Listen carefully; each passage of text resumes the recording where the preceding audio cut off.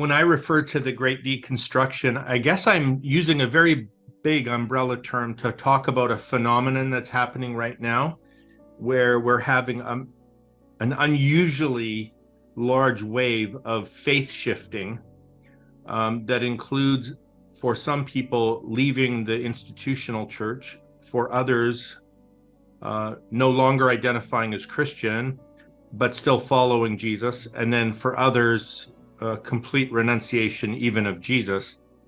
And then that can happen on an individual level or a social level. And what I'm seeing is that it can be either very liberating or very traumatic. So there's a real range of experiences happening right now, but it's so massive that this term deconstruction has become a trendy word, but I think to describe a significant faith and culture shift in this era. And I call it the Great Deconstruction, sort of to reflect on how, we've been through this before in different ways with what we called the Great Reformation or the Great Awakening. In other words, it's an identifier for a phenomena during an era. And this one's massive, and it involves a lot of negative and positive responses too, I think. So for some, it's hand-wringing pastors trying to get people back through their doors, and it's just not going to happen. And others, it's sort of like very positive, but even toxic positivity around it that's not careful enough, I think, with people's journeys and with their hearts. And so I wanted to wade into the Great Deconstruction to say, if this isn't the end game, where is it taking us? This is not a destination, it's a birth canal. And so we might want to have some guidance along the way from people who've been through it before, and especially addressing it through the lens of empathy. What if the thing we're deconstructing was fragile? What if there were cracks in the foundation? And what if the thing we're deconstructing were actually false constructs or idols of God that were hindering us from a true knowledge of God? And so I think that a reconstruction that would be healthy, it would involve anchoring ourselves in something sturdy. And so one of those things would be that, well, I'm not going to just reconstruct based on the sinking sands of the shifting culture.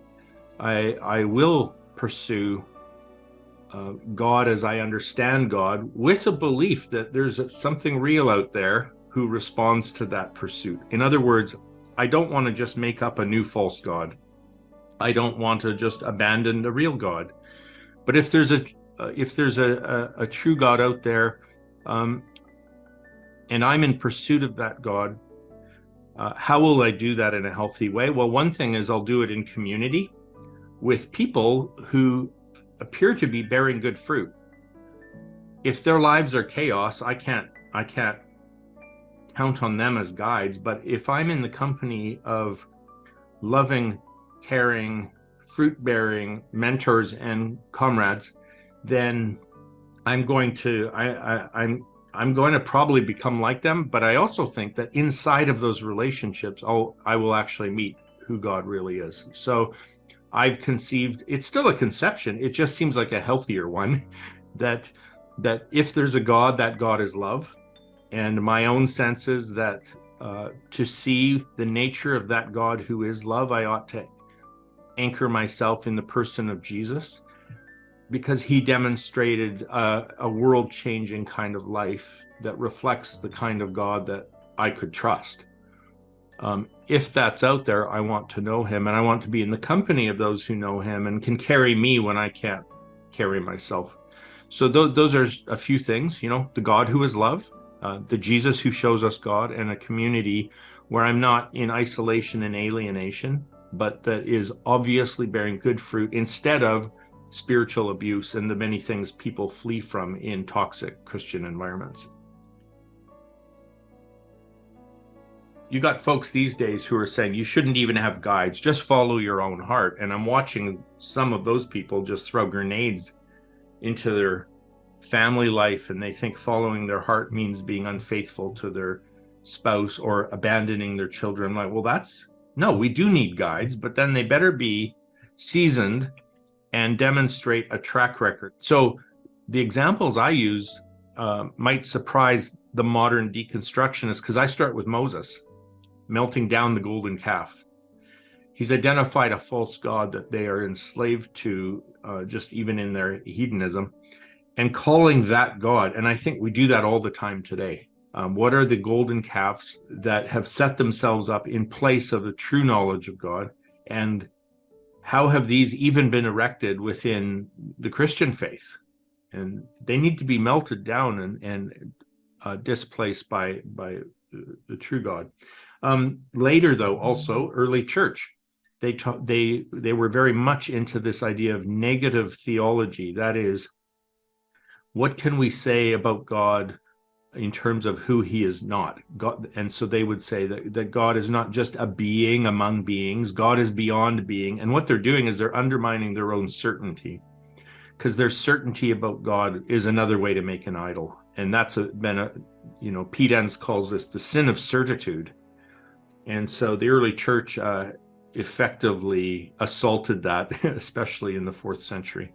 And then later, I've got some beloved frenemies, and that is people who were opposed to Christian faith, but who do us a huge favor in terms of identifying the toxic elements. So Friedrich Nietzsche, and before him, Voltaire, they're seen as enemies of faith, but I often think, no, they're enemies of something ugly and fragile in Christianity that needs to go.